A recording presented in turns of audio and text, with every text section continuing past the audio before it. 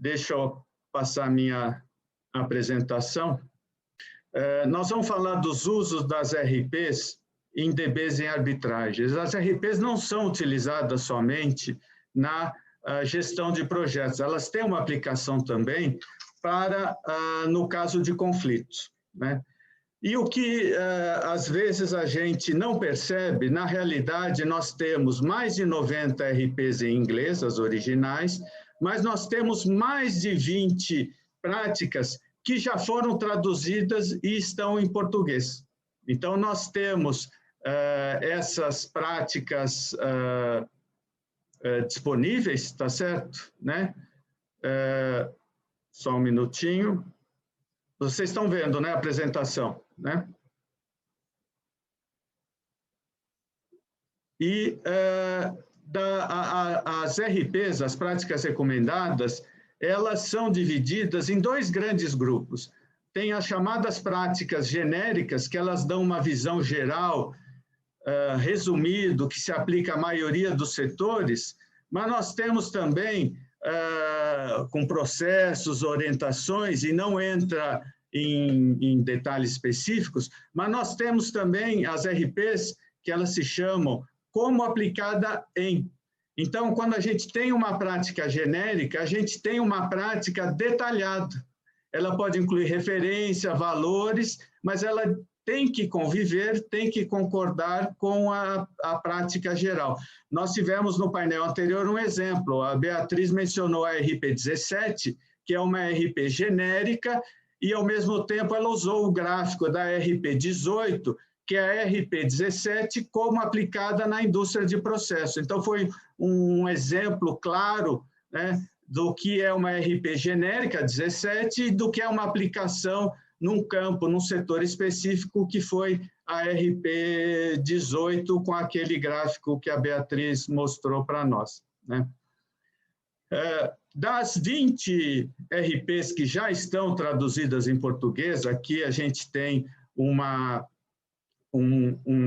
classificação, e eu faço a ressalva, essa classificação é uma classificação pessoal minha, porque, de uma maneira geral, as RPs elas são matriciais, então, uma RP que trata de custos, ela está tratando de riscos, de produtividade, mas eu procurei classificar para auxiliar o uso, a aplicação das principais RPs que já estão em português, separei em 4 grandes grupos. O grupo dos custos, o grupo da produtividade, o grupo do planejamento e o grupo de riscos. E nós temos a RP10, que trata da terminologia. Então, quando a gente fala de custos, como nós mencionamos agora, a gente tem a RP17, que é geral, nós temos a 18 aplicado na indústria de processo. Quando a gente vai para a produtividade, a principal delas é a 25R, que trata de produtividade, ou como alguns preferem, improdutividade. No planejamento, a gente tem a 29R, que trata da análise forense de cronogramas, os impactos. E quando a gente fala de risco, a principal RP é a 57. Então, de uma maneira rápida, tá certo? Nas RPs que já estão em português, eu pessoalmente classifico nessas principais categorias, né? E quando a gente vai, então, né, elaborando um pouco, desenvolvendo um pouco o tema de conflitos, né? Nós temos os conceitos. Esse aqui é um gráfico inspirado em Stepanovich, da Pepperdine, tá certo? Onde a gente tem uma evolução crescente de conflito, crescente de problemas.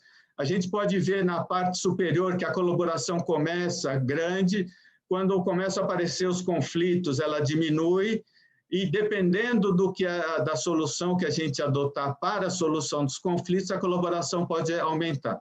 Quando se chega no conflito estabelecido, por exemplo, como na arbitragem, já não há colaboração, há o enfrentamento. Então, de uma maneira geral, é uma evolução. Esse gráfico, ele trata do conflito, ele trata do custo, do tempo, mas, ao mesmo tempo, ele tem a contrapartida, que é o menor controle das partes e uma maior dificuldade do relacionamento, né?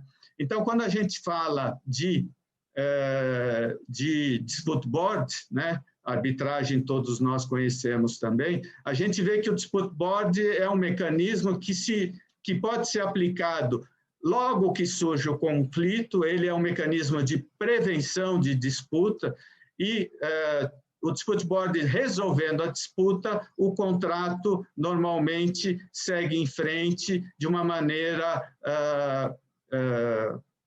adequada. É importante dizer que o objetivo do dispute board não é resolver o conflito. O objetivo do dispute board é preservar o contrato e fazer com que ele chegue ao seu final.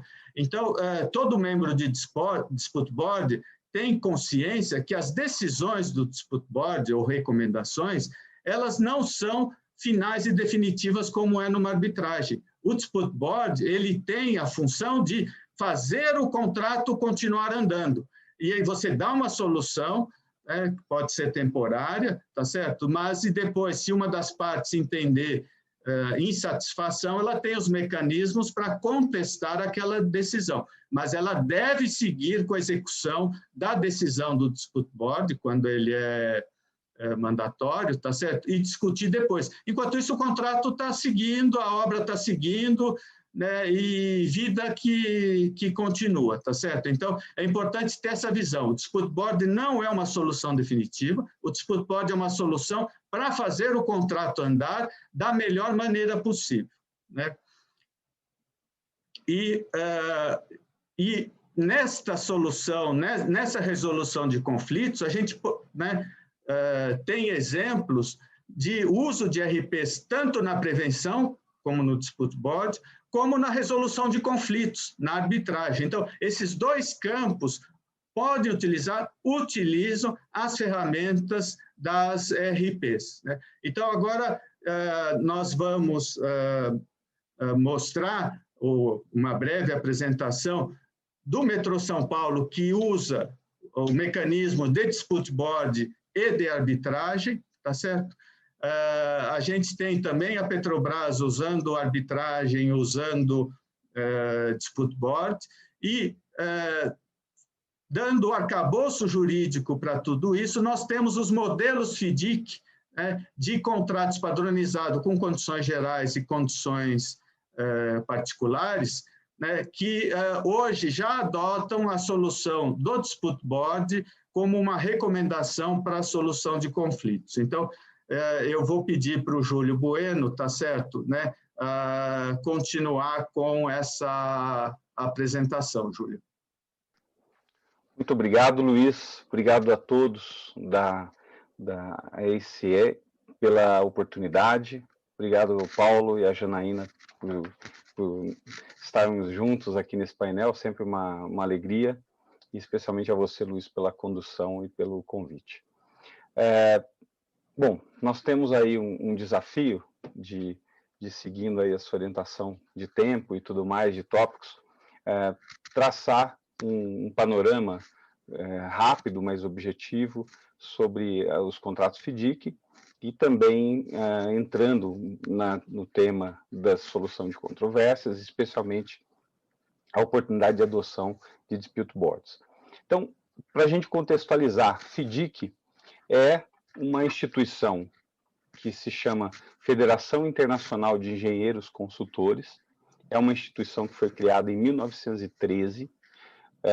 Ela foi originalmente criada na Bélgica, com o apoio da Associação de Consultores de Engenharia da Bélgica, Associação de Consultores de Engenharia da França e Associação de Consultores de Engenharia da Alemanha. Essa associação ela tinha por objetivo traçar algumas políticas de melhores práticas na contratação de serviços de engenharia, especialmente na área de consultoria, e ela adquiriu uma importância tão grande, ela cresceu bastante, e depois ela se mudou para a Suíça, congregando, e aí inicialmente 20 outras instituições, depois 43 instituições e assim por diante.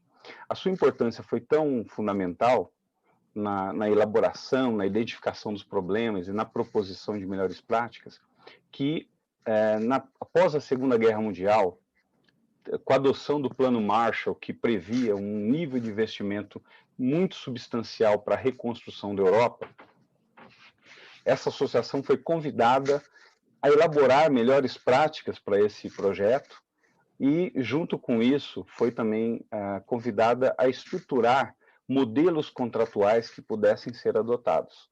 E desde 1957, a FIDIC tem desenvolvido padrões de contratação, standard forms, que são apresentados à indústria da construção como recomendações, ou pelo menos como parâmetros adequados que devem ser observados para a contratação de projetos de construção.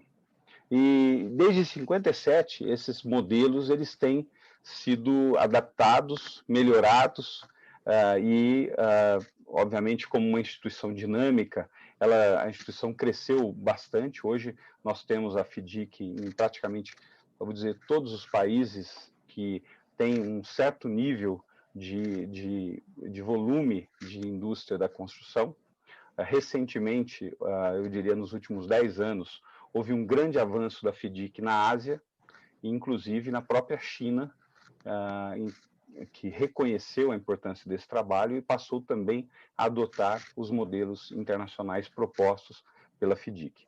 A FIDIC, então, desde 1957, criou um modelo que se chama Rainbow Series, que é um modelo que é definido por cores, e cada cor de contrato ele apresenta uma proposta. Então, por exemplo, o modelo mais tradicional da FIDIC é o modelo vermelho, Red, que é o modelo Design, Bid and Build, onde há uma ênfase no trabalho do contratante, no desenvolvimento da engenharia, e após o detalhamento dessa engenharia, após o detalhamento do projeto esperado, e especialmente atingindo um nível, eu diria, idealmente de uma engenharia executiva, há uma contratação, daí o bid, quer dizer, há uma troca de informações financeiras para a contratação de quem será o responsável pela construção, e a partir daí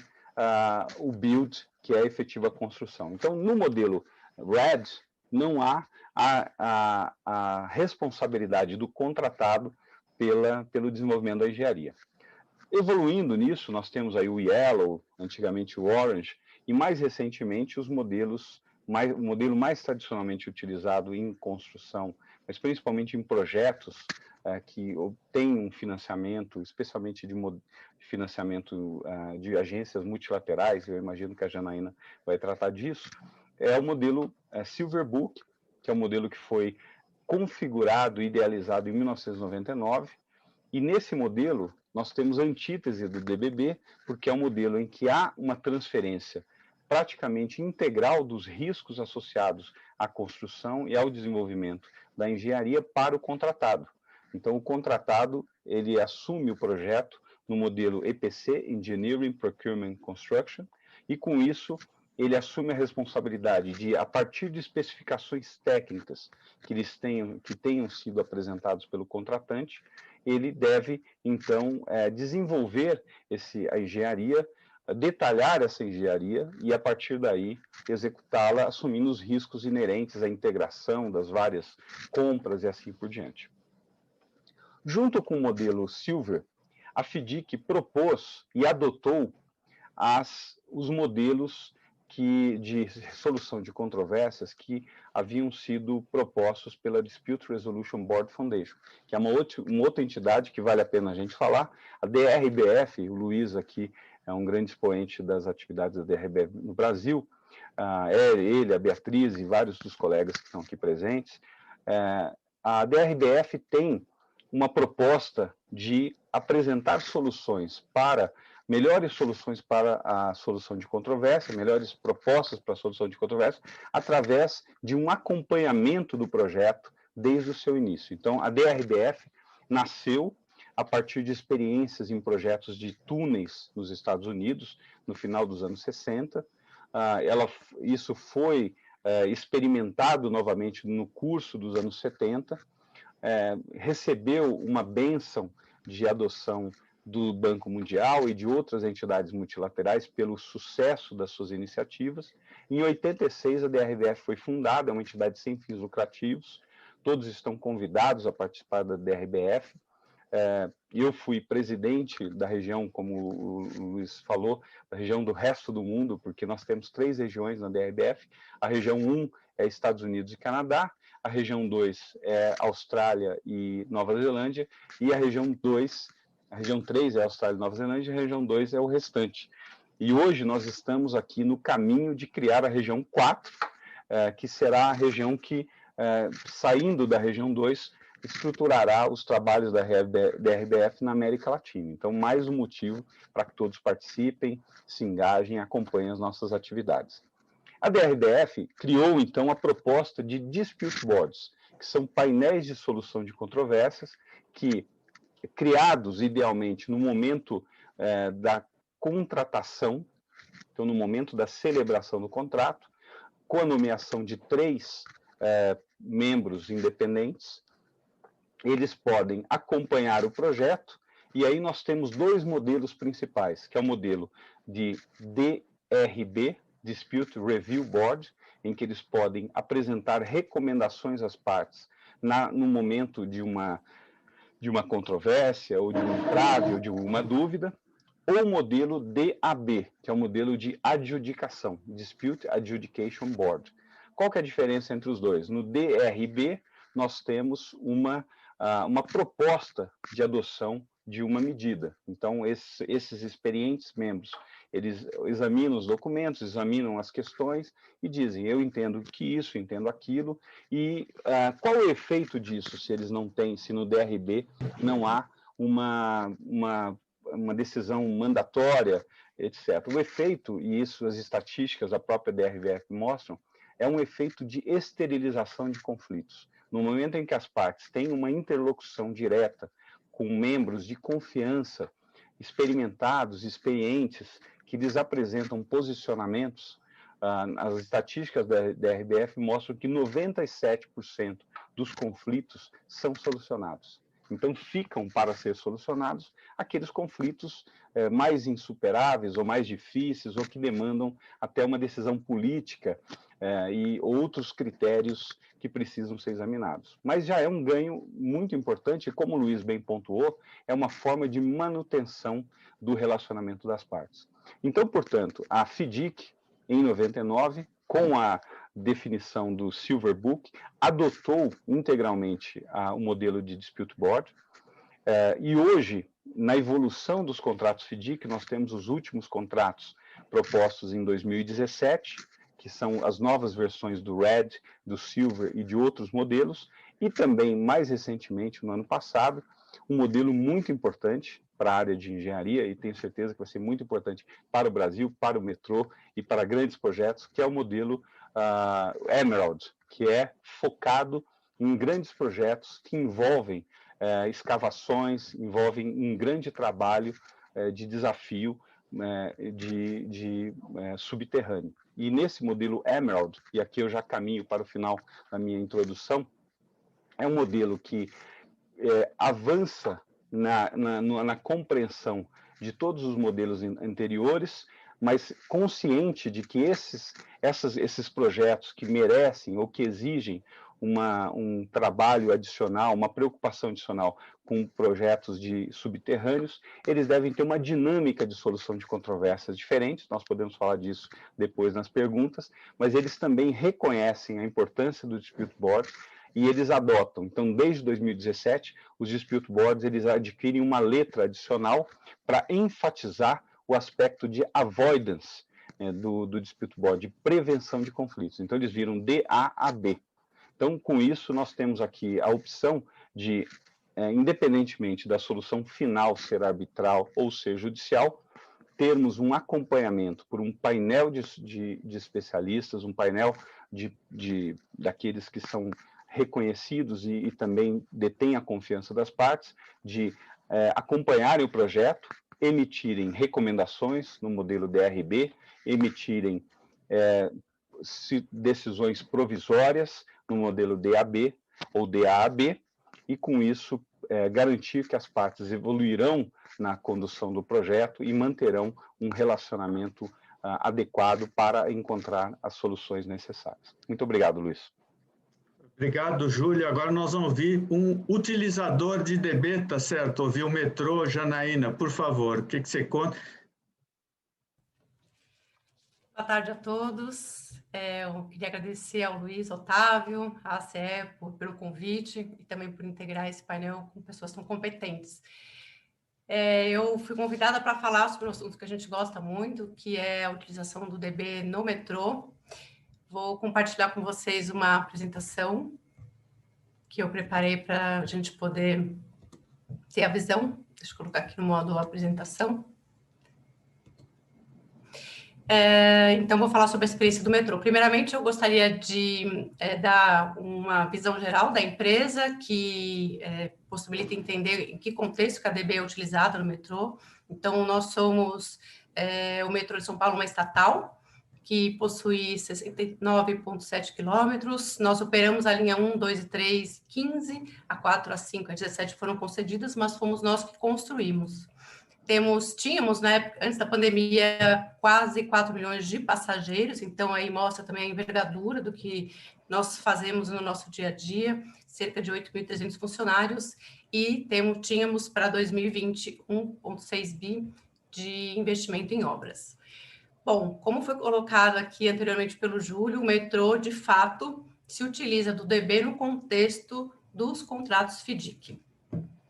Nós tivemos patrocínio por parte do BID e do BIRD para as nossas obras, e é nesse contexto que o metrô passou a se utilizar das arbitragens e das DBs. Não era algo que nós tínhamos introduzido nos nossos contratos espontaneamente, no primeiro momento.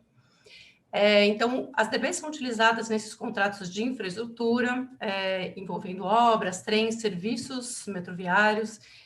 Como já foi colocado aqui, tem uma alta complexidade que exige conhecimentos técnicos bastante especializados. As nossas DBs são ad hoc e as regras de arbitragem estão detalhadas nos nossos contratos. Geralmente, os motivos pelos quais nós temos algum tipo de controvérsia envolve essas obras e esses serviços de engenharia, mas principalmente em função aí de uma quebra de equilíbrio econômico-financeiro. Sei que eu estou falando aqui para um público eminentemente de engenheiros e arquitetos, então acredito que tenham bastante conhecimento sobre a complexidade que é construir uma obra do metrô, instalar sistemas os mais variados, como é difícil conseguir combinar tudo isso ao mesmo tempo. E infelizmente, às vezes, há discussões com relação à quebra de equilíbrio econômico-financeiro nesses contratos. Nós já tivemos algumas experiências com o DB, que eu vou detalhar um pouquinho mais à frente, mas a primeira foi nos contratos de empreitada da obra da linha 4, na fase 1 e também na fase 2. Um ponto que eu gostaria de destacar, que é muito caro para nós, que é a questão dos conhecimentos técnicos envolvidos quando se vai constituir uma DB. Não só a DB, mas também na arbitragem. É importantíssimo que as pessoas que sejam escolhidas, que sejam eleitas para compor o painel, tenham um conhecimento técnico, que sejam engenheiros, arquitetos, advogados, economistas, que tenham conhecimento material, mas que também tenham conhecimento dos contratos FIDIC e que tenham conhecimento da gestão pública, da gestão administrativa. Fica muito claro para nós, na nossa experiência, quanto alguém que não tem essa familiaridade não conseguirá entender a complexidade ou não dará uma recomendação ou depois até uma decisão que a companhia se sinta satisfeita. A companhia já deixou claro que a companhia já aceitou algumas vezes as recomendações da DB. Em alguns casos, nós entendemos que o entendimento não tinha sido condizente com aquilo que nós acreditávamos e, por isso, fomos à arbitragem. Mas, enfim, voltando aqui ao ponto, os contratos FIDIC, eles têm uma natureza diferenciada, são modelos diferentes dos praticados usualmente pela administração pública e a iniciativa privada também. Então, é importante que esses integrantes tenham esses conhecimentos relacionados à lógica, relacionados à estrutura de um contrato FDIC. Falando ainda sobre a experiência do metrô com relação à escolha dos integrantes das DBs, nós escolhemos um deles, a outra parte escolhe o outro, por meio da análise de currículo. Depois, entre eles dois escolhem o terceiro, que vai ser o terceiro integrante da DB. No metrô, quem contrata é a nossa contratada, e depois o metrô reembolsa em 50% esses custos. Quando não há uma concordância, é levado, então, ao Appointing Authority. Eu gostaria só de colocar uma questão que, na nossa experiência, a gente identificou que, se o presidente for um advogado, ele traz um conhecimento, uma estrutura de procedimentos que favorecem o contraditório, a ampla defesa. Sei que eu estou falando aqui em um público de engenheiros, mas a gente acredita que, desta forma, minimiza o risco de, eventualmente, termos uma discussão na arbitragem com eventuais falhas procedimentais que, com certeza, os advogados vão explorar bastante. Então, na nossa experiência, a gente identificou que, pelo menos tendo um advogado no painel, já é muito interessante sobre esses aspectos.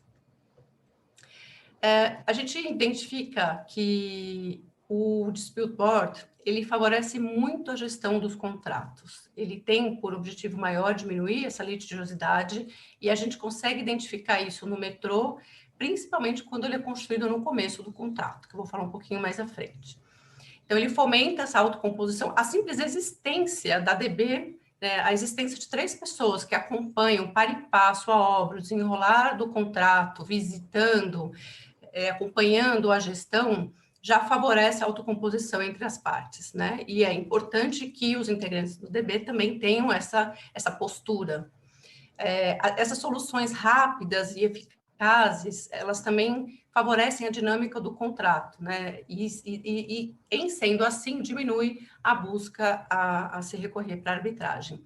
Estabiliza bastante a relação, favorece o fluxo de caixa da empresa contratada, principalmente, porque favorece a execução da obra de uma forma mais contínua, porque as decisões são feitas de uma forma célere, e dessa forma diminui o risco de, eventualmente, termos que rescindir o contrato ou da própria contratada não suportar a execução de uma obra com tantos recursos envolvidos. Nós também identificamos na prática que, quando a DB não acompanha a obra de forma adequada, há riscos de que ela não seja legitimada pelas partes. Quando há um formalismo exacerbado, isso também compromete a eficácia e a adesão dos integrantes da contratada e do metrô ao que ela coloca. Quando os painéis não são técnicos ou não têm técnicos adequados às questões que são ali tratadas, e mesmo assim a DB entende que deve recomendar ou decidir, isso também compromete aí a legitimidade da DB e, por consequência, o maior risco de questionamento em arbitragem. E também quando a gente identifica que há uma inadequação das soluções que são dadas pela DB, inclusive para as duas partes. Como eu tinha colocado no começo, na experiência do metrô, nós tivemos algumas situações de criações de DBs. Num determinado contrato, a DB, por uma inexperiência das partes, era algo novo, como foi colocado pelo Júlio, isso foi crescendo, né? Aos poucos foi se incorporando isso nos contratos cada vez de uma forma mais robusta. Então, no começo, nós não estávamos acostumados, nem as contratadas, a essa nova dinâmica. Isso tudo demanda aí um amadurecimento de todas as partes, né? E então nós tivemos um contrato em que a DB não foi criada, e por isso nós tivemos que submeter diretamente a questão contratual, que já estava numa relação muito complexa, num atrito extremo, já para a arbitragem. Uma outra situação foi a criação da DB, mas muito tarde, demorou-se muito para criar, e a litigiosidade já estava muito grande entre as partes, e aí havia um passivo muito grande para a DB se inteirar, e aí acabou sendo bastante ineficaz, e por isso nós tivemos aí arbitragens em decorrência disso. as partes não concordaram com o que havia sido colocado pela ADB.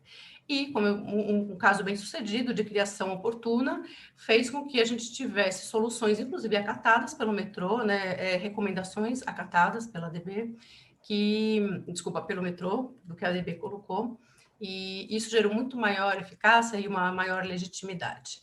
Já caminhando aqui para os meus minutinhos finais, a gente só também para agregar da nossa experiência, a gente identifica uma dificuldade, às vezes, de que algumas questões são muito complexas, a ADB ela tem, por princípio, ser rápida, com uma cognição muito rápida, mas, às vezes, isso entra um pouco em conflito com a complexidade do que está se discutindo ali. Às vezes, a matéria que está se falando é uma matéria que os integrantes da ADB não têm um conhecimento técnico adequado. E, às vezes, por isso, o julgamento não fica aderente ao que nós entendemos como correto. Então, a gente identifica que tem uma necessidade de uma maturação, uma discussão maior sobre os limites da função decisória da ADB, né? Até onde ela decide, qual é o entendimento dessa decisão, se ela pode se configurar ou não como título executivo, quanto que a companhia é obrigada a seguir, se a companhia... A gente sabe que tem um rito, enfim, se a gente não concorda, a gente tem um prazo para indicar que a gente não concordou, mas se delimitar melhor quais são as consequências de não se acatar, por exemplo, essa decisão. Por fim, ainda colocar que, apesar da existência das DBs nos contratos, o fato é que, inclusive, já tivemos julgados nesse sentido, a DB em si não faz com que o metrô tenha que abrir mão do seu poder de polícia, que tenha que deixar de aplicar sanções, que não possa abrir procedimentos sancionatórios, porque isso é intrínseco à administração pública. Enfim, para isso, eu queria agradecer muito pela oportunidade mais uma vez, e foi um prazer estar aqui. Obrigado, Janaína. Agora nós vamos ouvir o Paulo Nascimento, da Petrobras, que é uma grande usuária das práticas recomendadas, principalmente na arbitragem, e o Paulo vai contar um pouco para nós a visão de um usuário, de uma entidade, de uma empresa usuária das práticas. Paulo. Bom dia a todos. Eu vou pedir que o apoio luxuoso do Luiz Otávio aí na apresentação, me deixar um pouco mais solto aqui.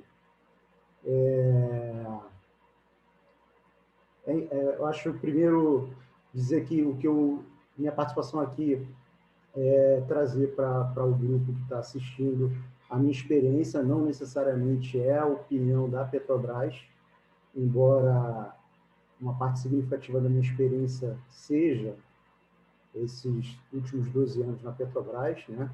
Mas nem sempre a gente concorda, então eu estou aqui relatando as minhas experiências nesse período e antes dele também.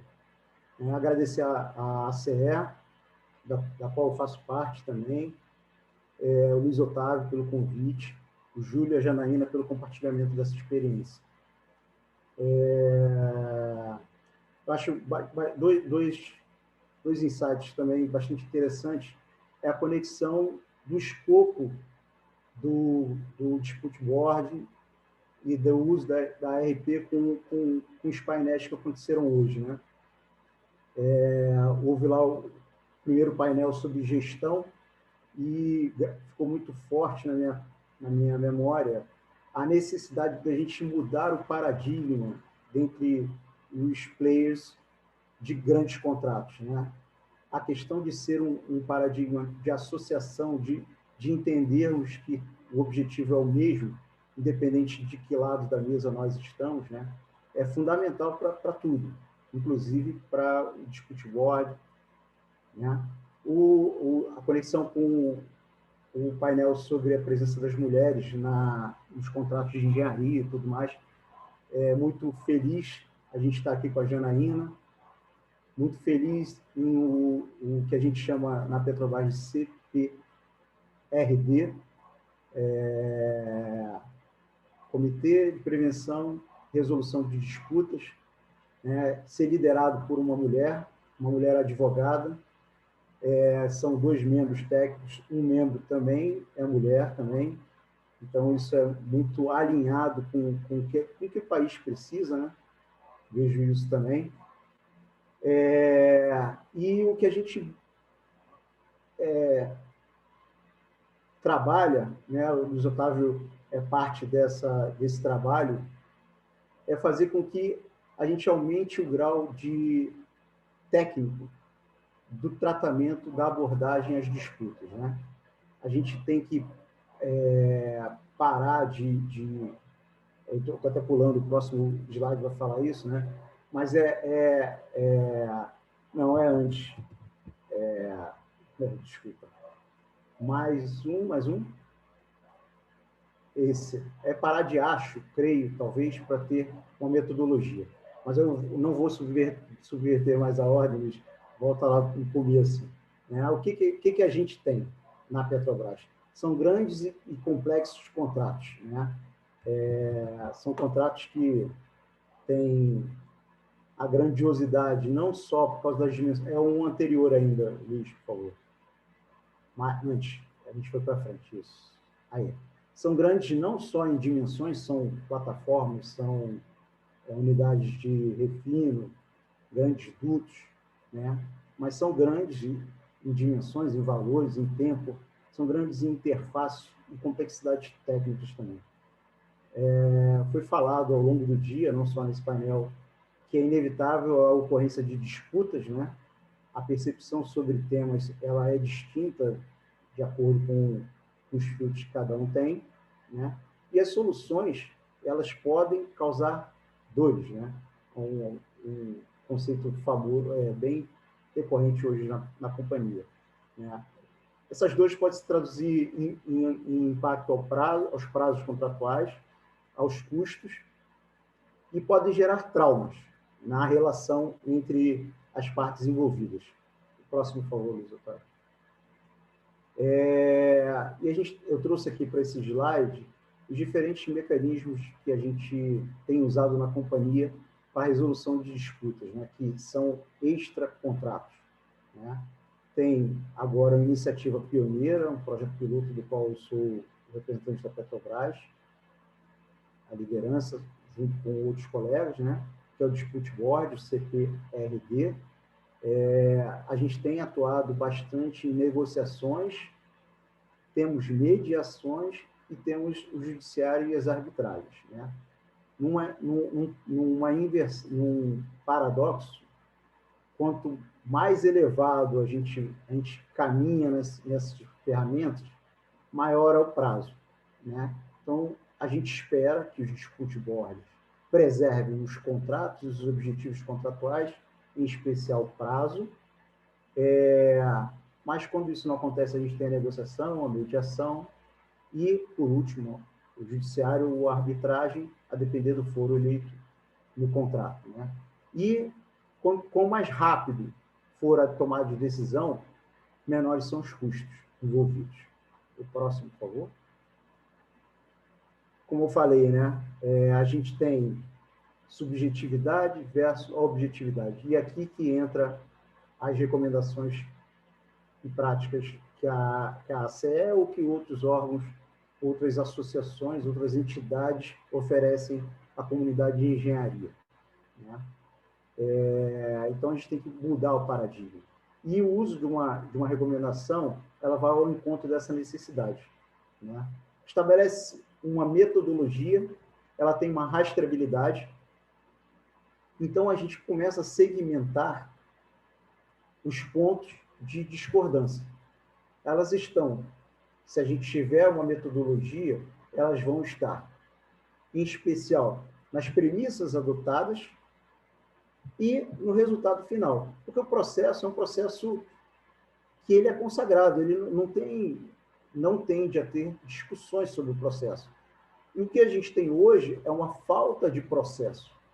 Aí a gente discute sobre todos os temas, sobre todas as divergências, e a própria resolução, ela tende a deixar todo mundo insatisfeito. Né? Ela não resolve o problema. É por isso que a gente tem muitas disputas judicializadas ou em arbitragem. Por quê? Porque a gente não consegue resolver o problema. E, ao fim, a pergunta que se faz na companhia também é assim, o que é melhor? É a arbitragem ou é o judiciário? A gente não consegue ao certo ter um contexto que defina qual é esse tema. A gente sabe, a gente tem algumas opiniões, mas a gente não sabe ao certo por quê. Porque, ao fim, a gente muitas vezes continua com dúvidas. Por quê? Porque os métodos usados, porque as soluções não têm uma coerência técnica que dê segurança. Né? Próximo, por favor, Luiz. Agora, tem muito a ver com o que foi falado pelo Júlio e pela Janaína, né? Você ter um dispute board, ou você definir que você vai usar as recomendações e práticas, ela tem que vir desde a concepção do projeto. Não basta eu querer, no meio de uma disputa, definir esse ou aquele critério. Por quê? Porque pode ser incompatível com o que foi feito desde o começo do contrato. A própria recomendação prática 29, ela define vários cenários, várias oportunidades de tratamento dos impactos ao prazo do contrato, né? Da análise forense do cronograma, em função da existência ou não de registros que permitam aquilo. Eu não consigo ter uma análise robusta se me faltam registros. Então, eu tenho que ter um contrato que olhe, e aí vai para a RP, vale para o DB também, né? Eu tenho que pensar um contrato, por isso a FDIC ela já pensa isso, oferece isso ao mercado, né? Eu tenho que pensar um contrato que ele terá o dispute board como um mecanismo de solução preliminar de disputas, complementar de disputas. Eu preciso ter um dispute board, um contrato que defina registros que possam ser utilizados no uso das RPs, né? Eu preciso caminhar num contrato que valorize essas ferramentas, né? Para que no pós-contrato, numa eventual disputa formal, que a gente chama que é arbitragem ou judiciário, a gente tem ali, claro, os mecanismos disponíveis para o uso, para esclarecimento das disputas. Isso é fundamental, é muito fundamental. Eu não posso querer, senão até tem colegas que falam que a gente às vezes usa um Frankenstein, né? Eu tenho uma coisa que quer o uso de uma coisa, como se eu fosse comprar lá numa boutique, mas eu não tenho todos a base para poder usar isso, né? Em alinhamento com o que a Janaína trouxe, a gente tem nessa iniciativa, que é um projeto piloto, algumas experiências são distintas do metrô, né? Então, o nosso dispute board, ele acompanha o contrato, ele se reúne em loco a cada 60 dias, ele pede documentações continuamente para as partes, ele analisa, e isso é para que a gente agilize as decisões. Então, as coisas não vão chegar, as disputas não serão novidades para os membros, né? A escolha dos membros, ela usou o cadastro da Dispute Board Resolution Foundation, que foi citada pelo Júlio, da qual ele foi uma proeminente liderança, né? Então, a gente foi lá, a gente achou lá o nome do Luiz Otávio, a gente achou o nome da Beatriz lá, participou do painel pretérito aqui.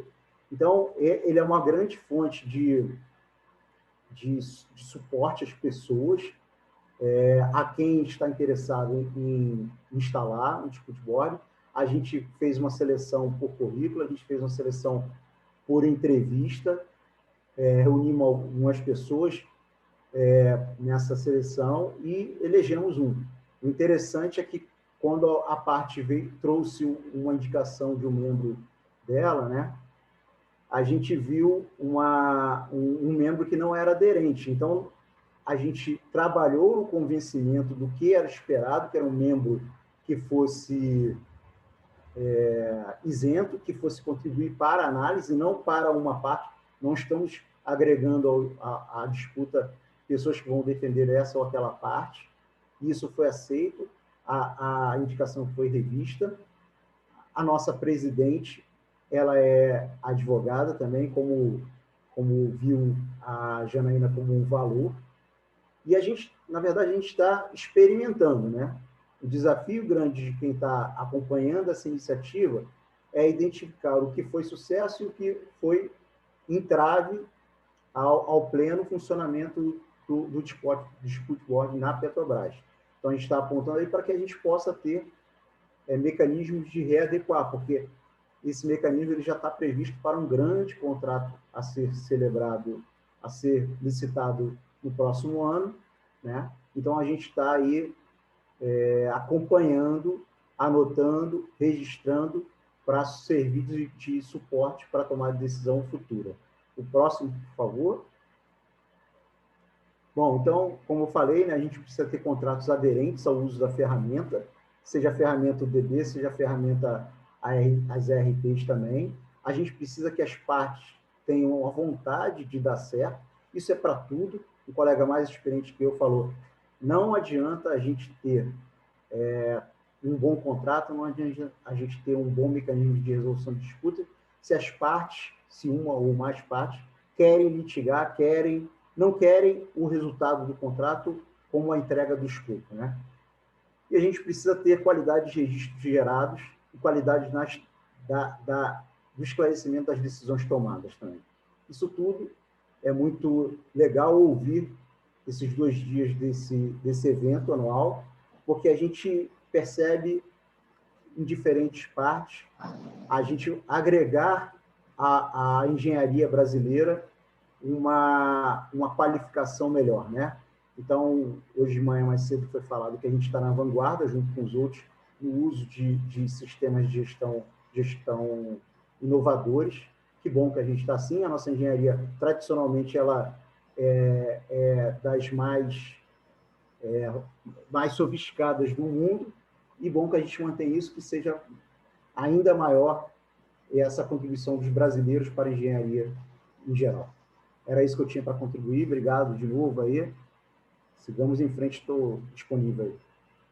Obrigado, Paulo. Eu acho que, né, o pessoal teve uma visão geral, tá certo, de uma recomendação que vem do FDIC, da aplicação prática do metrô já há vários anos e da Petrobras experimentando a ferramenta e utilizando as RPs como base para as decisões, tá certo? Né? Eu sei que vocês usam, né? E acho importante, né, que a RP serve não somente para a gestão do projeto, mas ela serve também para a resolução, para a solução dos conflitos, né? Eu não sei como, devido ao adiantado da hora, não sei se o Gronal, se nós temos alguma pergunta, alguma coisa, ou se nós vamos partir para o encerramento. Gronal ou Adriano? Ô, Luiz, tem uma pergunta, acho que pode fazer. Tá aí no Q&A. Então, perguntado para o Júlio se ele entende que as partes podem limitar o conhecimento das matérias passíveis de serem discutidas pelo DB, ou a cláusula escalonada restringe a controvérsia a ser submetida ao DB. Luiz, obrigado pela pergunta, obrigado, Eduardo. Uma pergunta bastante interessante. Na verdade, eu ia até fazer uma digressão um pouco em relação às apresentações excelentes aí da Janaína e do Paulo. Eu tive o benefício de, nesse trabalho da DRBF, poder acompanhar as evoluções dessas discussões, tanto na Petrobras quanto no próprio metrô. Desde 2004, tenho feito apresentações, tenho tido essas interações, e eu fico muito feliz com esse nível de maturidade que foi apresentado tanto pela Janaína quanto pelo Paulo. Isso, de fato, reforça aquilo que foi dito anteriormente, que nós estamos na vanguarda, a engenharia brasileira está na vanguarda do que tem acontecido internacionalmente. A gente, às vezes, tem uma percepção, às vezes, equivocada do que a gente tem. O Brasil, eu sempre digo que, às vezes, demora um pouco para acontecer, o mesmo com a arbitragem e com a mediação, mas uma vez que nós tenhamos assumido e incorporado determinado mecanismo, nós somos muito ágeis e muito rápidos para implementá-los com o nível de sofisticação que foi apresentado aqui pela Janaína e pelo Paulo. Então, isso é muito legal e muito importante. A questão da limitação dos temas, na verdade, as partes elas têm a total liberdade para decidir o que elas querem fazer. Elas podem dizer, eu quero um DB que vai tratar apenas desse tipo de questão. É possível. Existem DBs, eu já acompanhei um projeto que, por exemplo, tinha 2 DBs. Um DB tratando apenas de questões de um determinado grupo, era um projeto muito grande, de um determinado grupo de fornecimentos, e um outro DB acompanhando um outro determinado grupo. Tem benefícios e tem dificuldades. A própria matriz de responsabilidade, a interface desses 2 campos, ela representa um desafio. Eu diria que, de modo geral, não é necessariamente a melhor recomendação. A melhor recomendação, você pode até ter um grupo maior de membros, existe inclusive a possibilidade de você ter 5 membros num DB, acompanhando, e aí dentro desses DBs, a gente pode definir os membros que têm uma maior capacitação, maior conhecimento em relação a determinado ponto ou não. Por quê? Isso facilita no momento da visão completa, e usando uma expressão mais clichê, até holística do projeto. Então, se as RPs aqui, todas recomendam uma visão mais clara, mais concreta do projeto como um todo, eu acho que isso vai na linha dessa melhor recomendação, Luiz. Obrigado, Eduardo. Luiz, devolvo a você. Então, aproveitando, tem uma pergunta no chat que nós estamos pedindo, né? Quais seriam, o que um DB pode fazer para fomentar a função preventiva do DB, de modo a evitar decisões ou recomendações? Mas eu acho que, na realidade, cabe muito mais às partes do que ao DB, né, procurar se entender. Não sei se você quer completar. Vou falar rapidamente, eu acho que pegando um gancho do que o Paulo falou. Ele contou um exemplo que é fundamental. A parte identificou que um possível membro não era o mais recomendável, por diversas questões, mas principalmente porque ele não tinha um histórico de alguém que poderia atuar de forma imparcial, independente, que é o propósito principal do DB. Então, Luiz, eu acho que as partes, obviamente, elas dão o tom, como a Janaína colocou, esse aprendizado do relacionamento das partes é fundamental para que eles entendam que a função do DB não é puxar a sardinha para um lado ou para o outro, não é necessariamente preparar o caminho para a arbitragem, é ajudar as partes a manter um ambiente adequado. Tudo que o metrô quer, tudo que a Petrobras quer é terminar o projeto on time, on budget.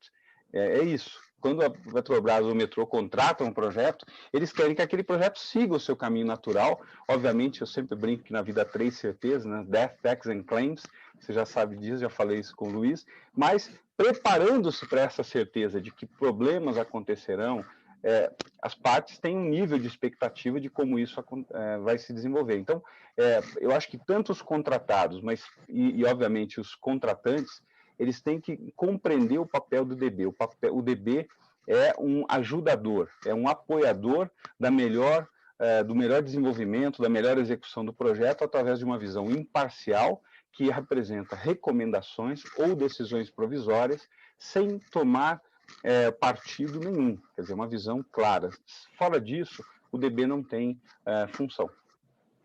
E a gente viu da exposição da Janaína, quer dizer, é um aprendizado a utilização da ferramenta e a gente fica satisfeito de ver que, depois de algumas experiências, hoje o metrô já sabe o que deu certo, o que não deu, o que precisa ser melhorado. Então, a gente fica satisfeito de ver o próprio aprendizado, né, a melhoria da ferramenta pelos usuários, que tanto a contratante como a contratada também ela precisa passar por essa experiência e saber que ela também tem que participar de um processo conjunto, né?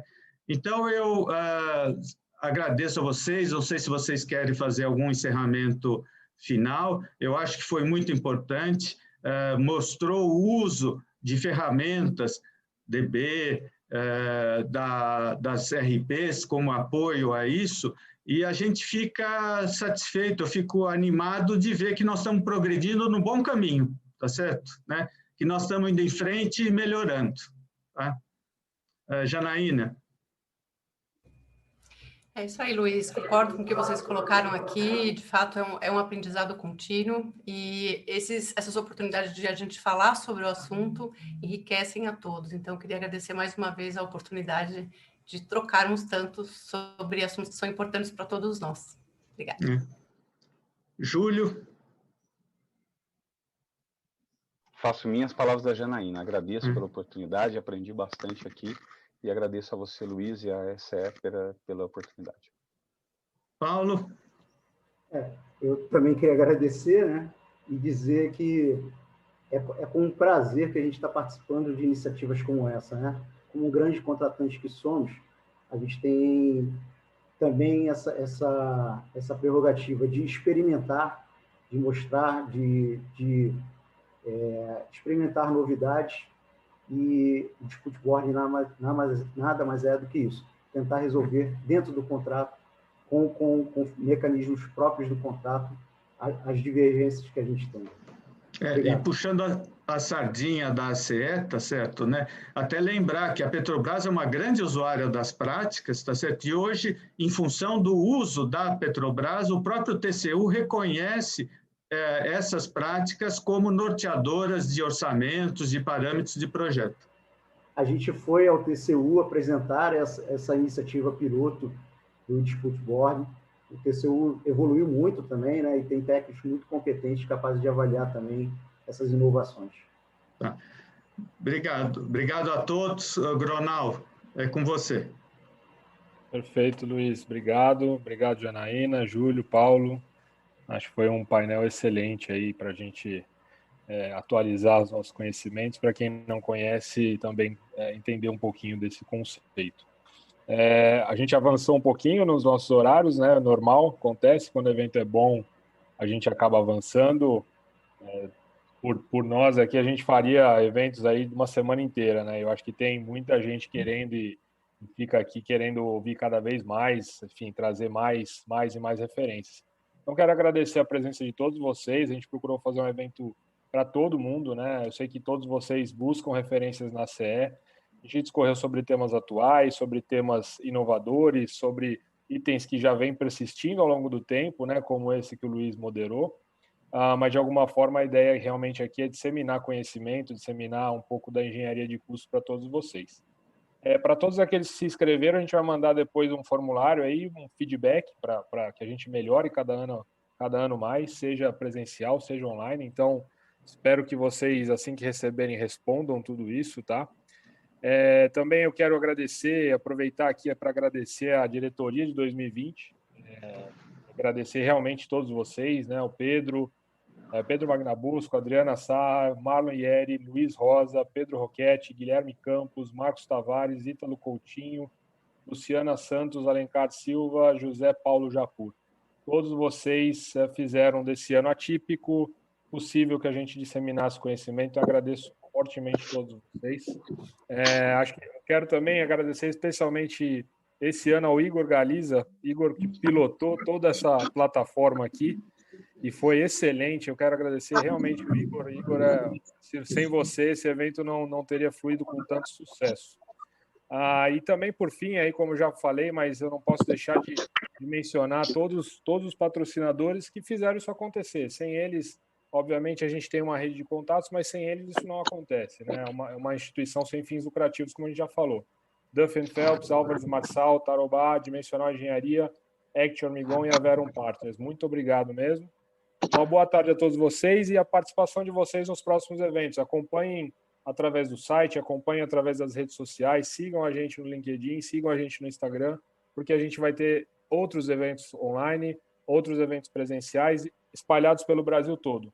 Se Deus quiser, no ano que vem, um ano melhor, para a gente se reunir presencialmente, mas também fazendo esse evento de maneira online, que a gente viu que é um sucesso. Muito obrigado a todos vocês. E até a próxima, um bom final de ano e que todos vocês fiquem com saúde. Um abraço.